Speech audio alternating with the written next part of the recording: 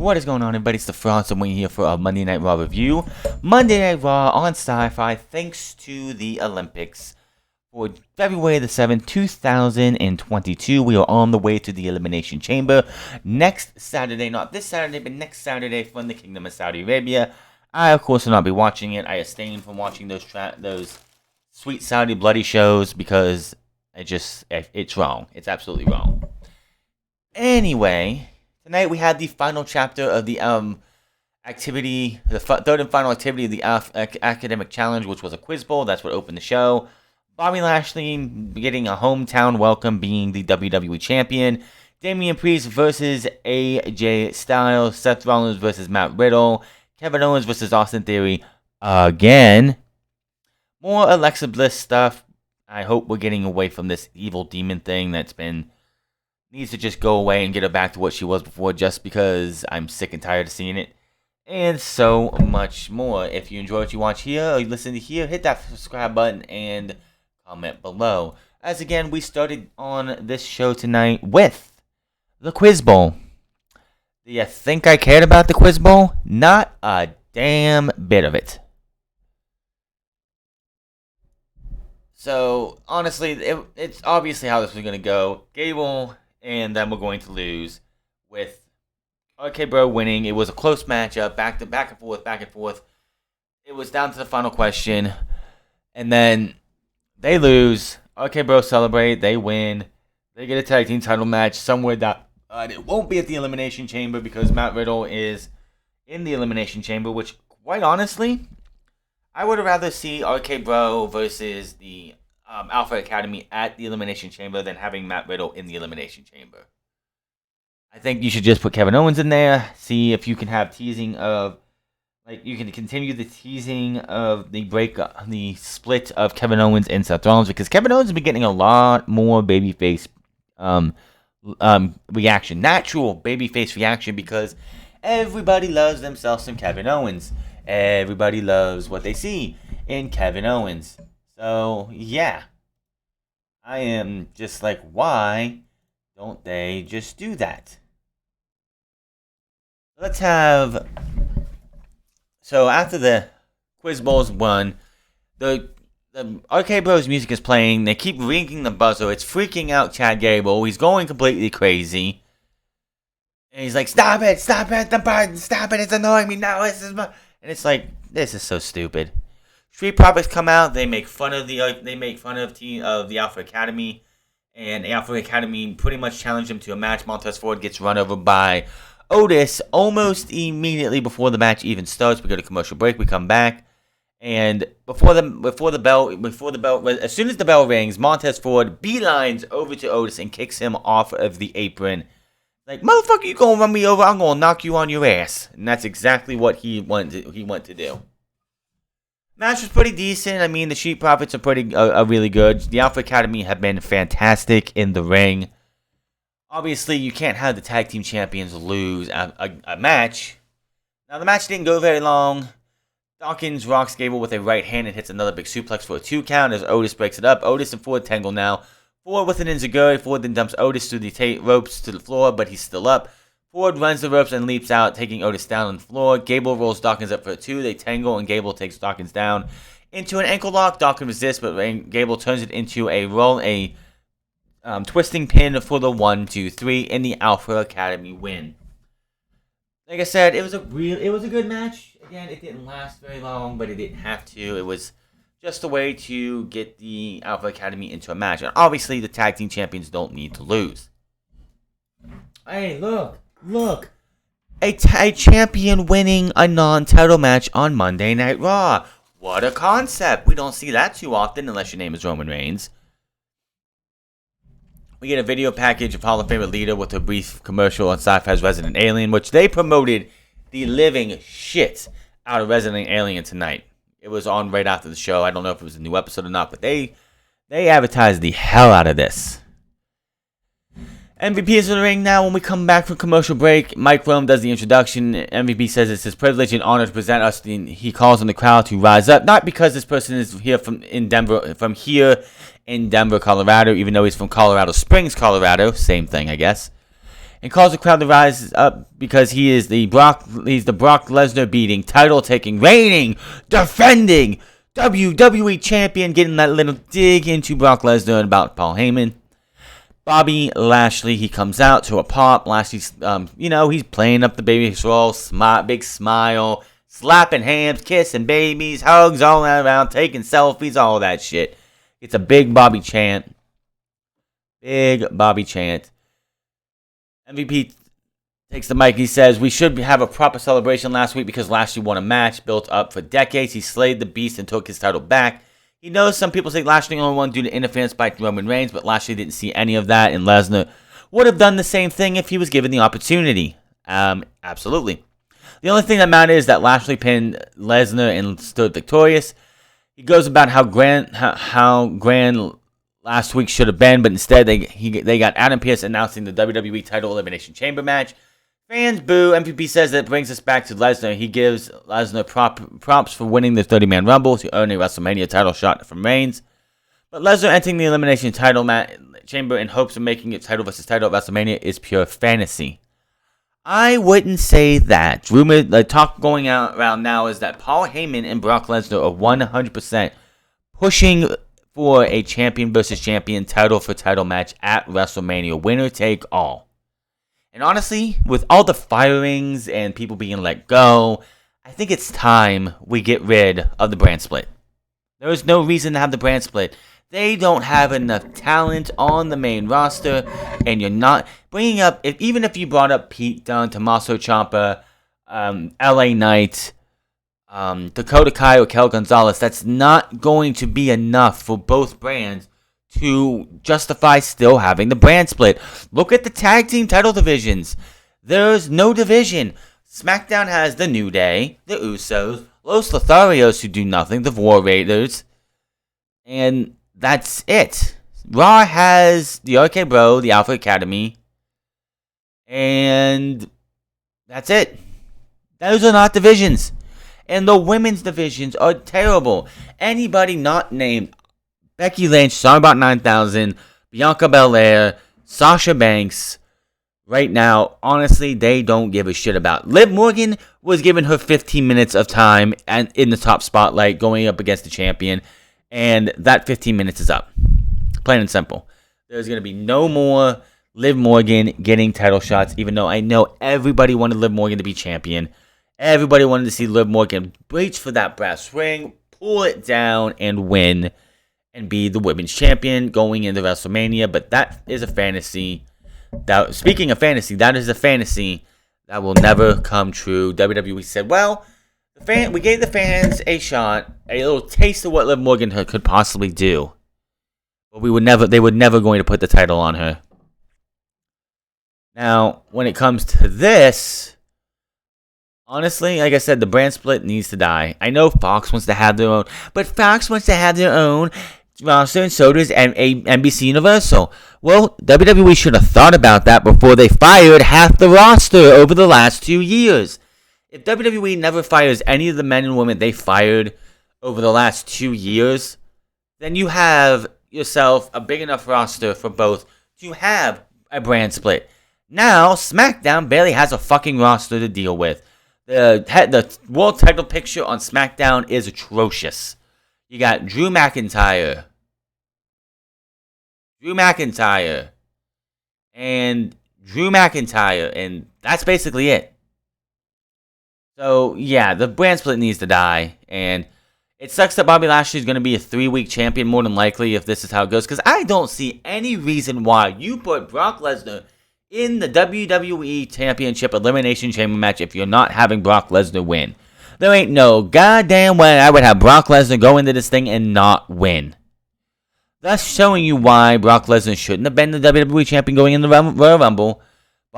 Big E should have never won the championship when he did. It should have been Bobby Lashley from the time he won the title in February of last year all the way to now.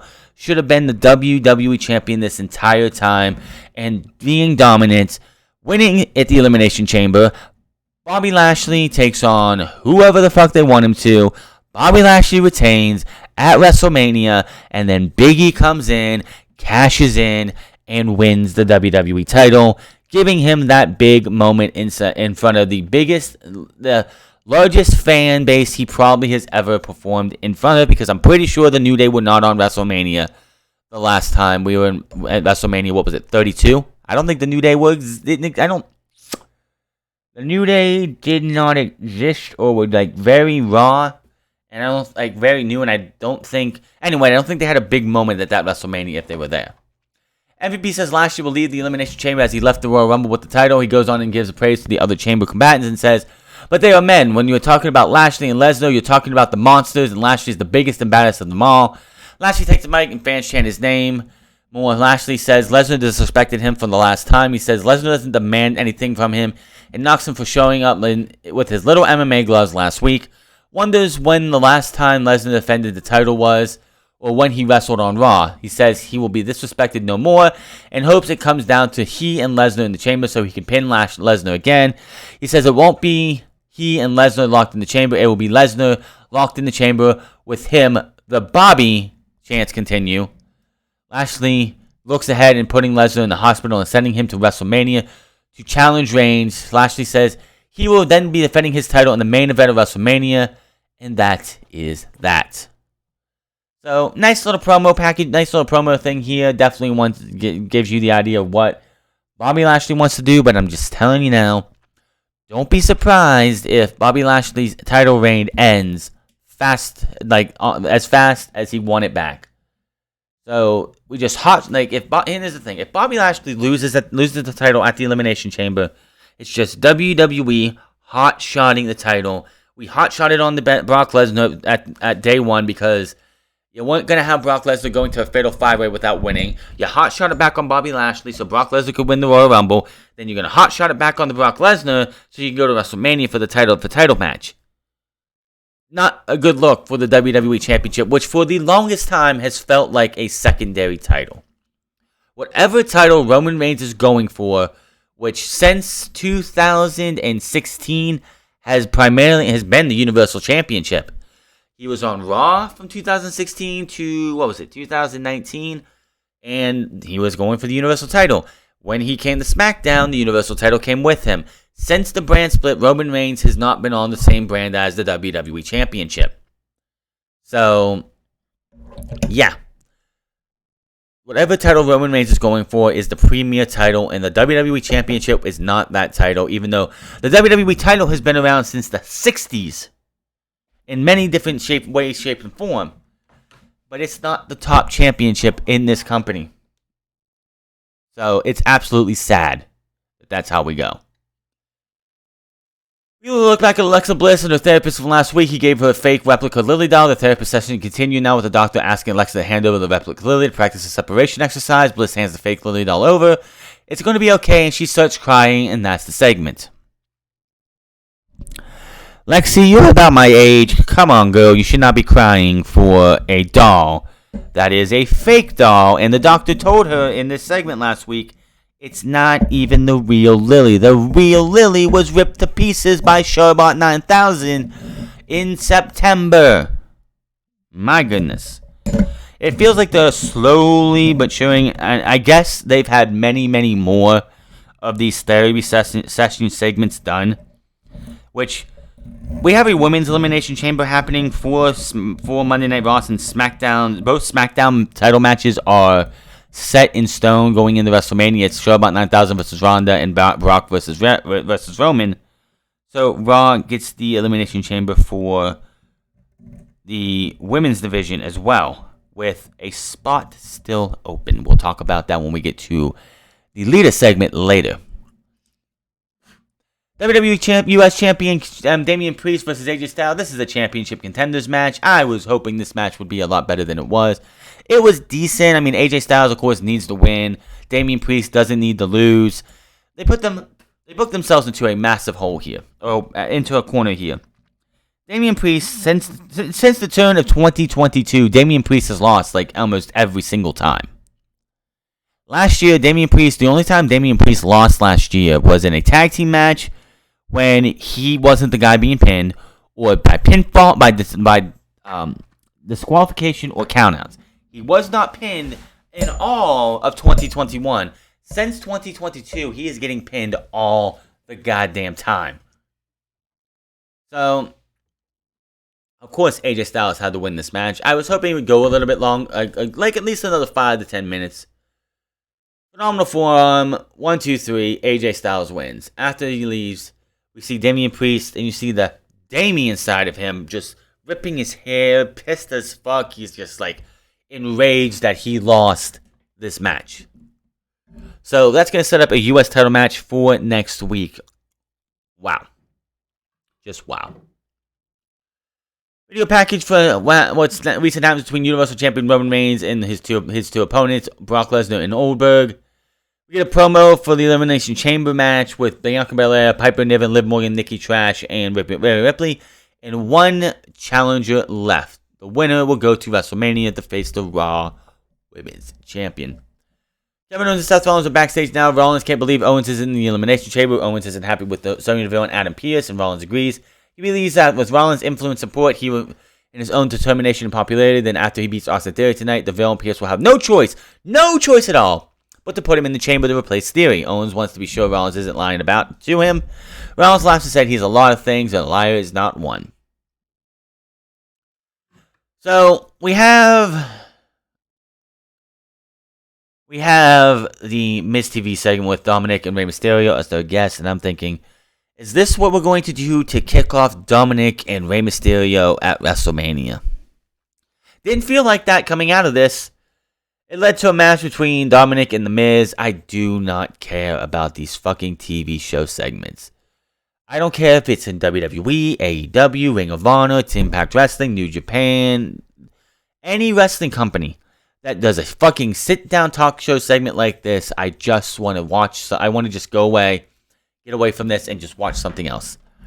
So this leads to a rematch from last week. Maurice was out there this time. Another short match. Maurice gets involved, gets ejected. While that's going on, unlike last week where The Miz faked getting tripped by Rey Mysterio, while the ref wasn't looking, Rey Mysterio trips The Miz. Miz tries to attack Rey Mysterio on the outside. Dominic rolls him up 1, 2, 3, and that was that. So are we really going to be going towards The Miz versus Rey Mysterio at WrestleMania? Is that what we're going for? I'd rather see Dominic versus Rey Mysterio. Just saying. Let's see here. Bianca Belair versus Nikki Trash. Didn't really give a shit about this match. KOD 1, 2, 3. That is that. More stuff with the R-Truth. I don't give a shit.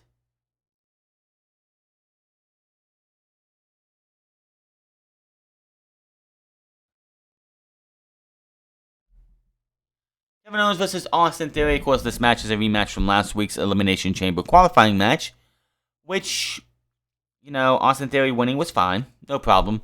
But what is WWE's biggest trope that they like to do nowadays? 50-50 booking. What good does 50-50 booking do anybody? Nobody gets over. Nobody feels like a big deal. Everyone just, you're just stuck in a spot. And it's like, what in the hell am I doing? How am I, you have Austin Theory, who's been winning majority of his matches over the last few months, ever since he got drafted this Monday Night Raw. And then you have him beat Kevin Owens last week. Big deal. Kevin Owens is a made man fan favorite. Whether you want to boo him or cheer him, beating him is a big deal. So, lo and behold, we come to Monday Night Raw this week, and Kevin Owens wins, beating Austin Theory in a pretty good match here. Super kick. Stunner, 1, 2, 3, Kevin Owens wins. What good did this do Austin Theory? A man who was in the Elimination Chamber, which of course nobody believes has any shot of winning the WWE title, which in some cases you would go, well, if we all think he doesn't have a shot, then obviously he's winning the WWE title because WWE likes to do that, but not in this case, no. But Austin Theory should not be losing to Kevin Owens. What does this do? Kevin Owens isn't in the Elimination Chamber. Right now, Kevin Owens is doing absolutely nothing at the Elimination Chamber. I don't even think... The reason Kevin Owens is not in the Elimination Chamber is because Kevin Owens doesn't go to these trips, I'm pretty sure. Pretty sure Kevin Owens went to the first one, and then After that, the next one he refused to go to, and after that, and after that, and after that, and after that. Sami can't go, Kevin doesn't want to go, so that is why Kevin Owens is not in the Elimination Chamber. But again, beating Kevin Owens again would not have been a bad thing. Anyone talks about the show, about talking about how they won tonight in the Elimination Chamber. He has a match with Seth Rollins. Matt Riddle agrees and walks off, and he's something about having a celebration winning tonight with the Broga Toga party next week. And Orton says they should focus on tonight first. After breaking out, we get another coming soon from Beer.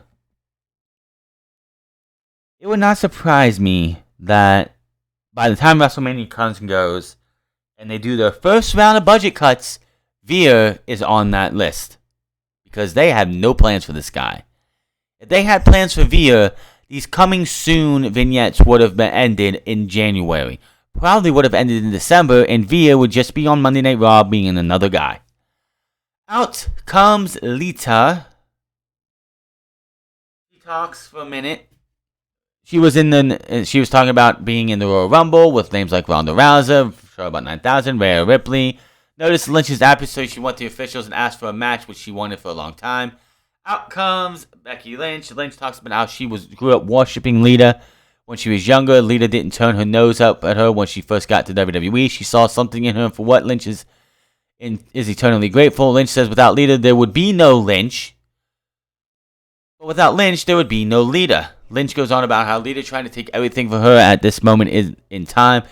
She says she's taking out others and will do the same for Lita. No problem. Lynch is in her prime of her career, and Lita may help bring her back up. But she will have no problem putting Lita down. Lita knows Lynch has the odds. Lita has no issue being the underdog. Lita goes on and gets a pop when she talks about how it was the fans who propped her up and still support her until this day.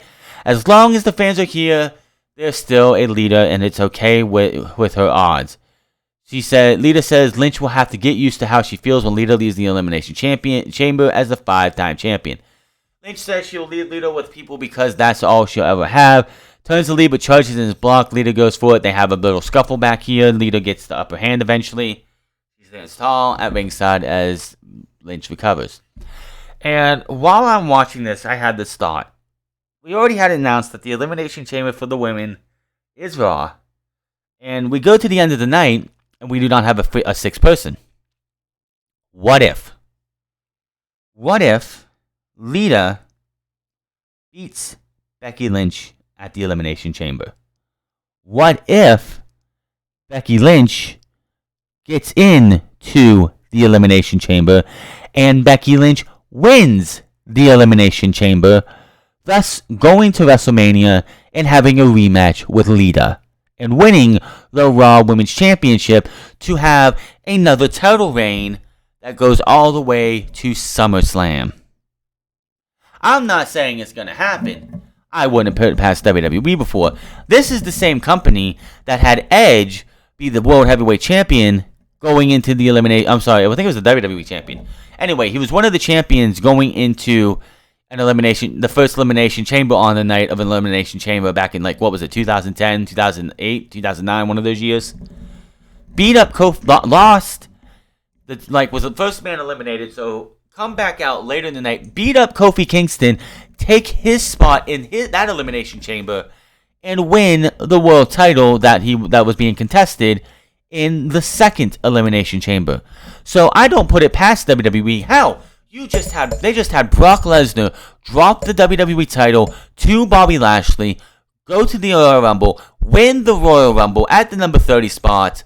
So I don't put it past WWE that they could have Lita win the WWE Raw Women's Championship at the Elimination Chamber and hold it till WrestleMania, lose it back to Becky Lynch after Becky Lynch wins the Elimination Chamber.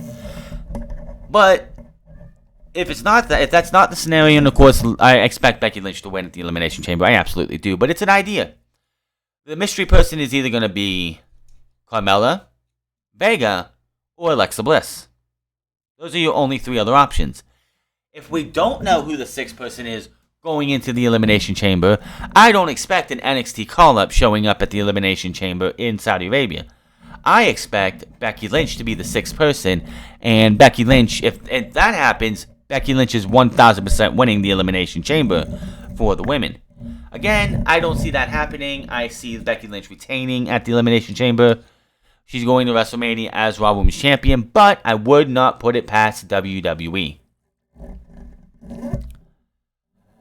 We see Sonya Deville backstage is wearing a sling and she's with Adam Pearce. She asked how she's feeling, what happened on SmackDown.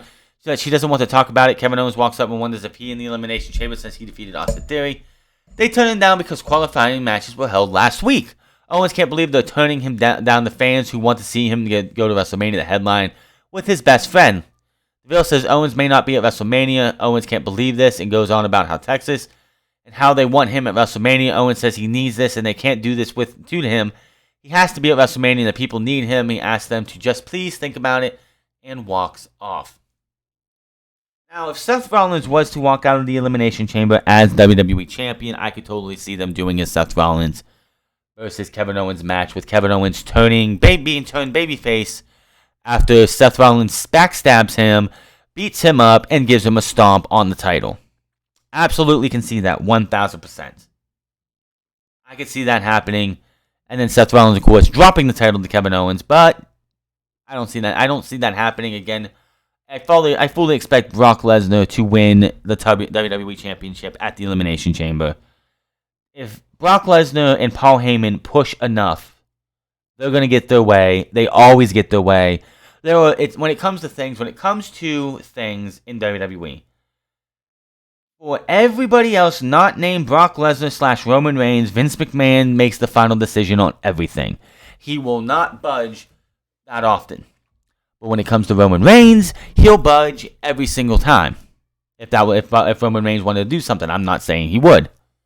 However, if Brock Lesnar says he wants to go in the WWE title, go to WrestleMania and face Roman Reigns in the title for title, do the job and get Roman Reigns and have Roman Reigns unify the championships, I guarantee you, Vince McMahon, it might not be a yes immediately, but Vince McMahon is going to come around and say, you know what? Damn it, we're going to do that.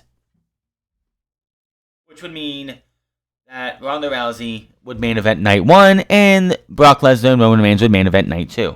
That's exactly where this is going. Liv Morgan versus Piper Niven, because WWE cannot go without having members of the Elimination Chamber go one-on-one. It's lazy booking. Piper Niven wins with a big, huge Vader bomb out of the corner. Match was okay. I just feels like it does definitely feel like Liv Morgan has cooled off a ton since she lost at day 1. Like, if they would have had Liv Morgan win the first match, the WWE title, the women's title, the Raw Women's title, the first night that those two had that women's title match on Raw, defend it in a fuckery way at day 1, and then go to the Royal Rumble and lose it to Becky Lynch. You give her a title reign. Everyone got to see her hold the championship. Everyone gets to be happy, and then we get to where we are right now. More stuff with Alexa Bliss. Don't really care. Just talking about how she beat somebody up with a loaf of bread, took a deep breath, walked away, blah, blah, blah. Don't give a shit. Matt Riddle versus Seth Rollins. Oh, WWE, why? Why did you do what you did? You had about 20 minutes left in the show. All WWE had to do was let these two go out there, put on a banger, and end with one of these two men winning.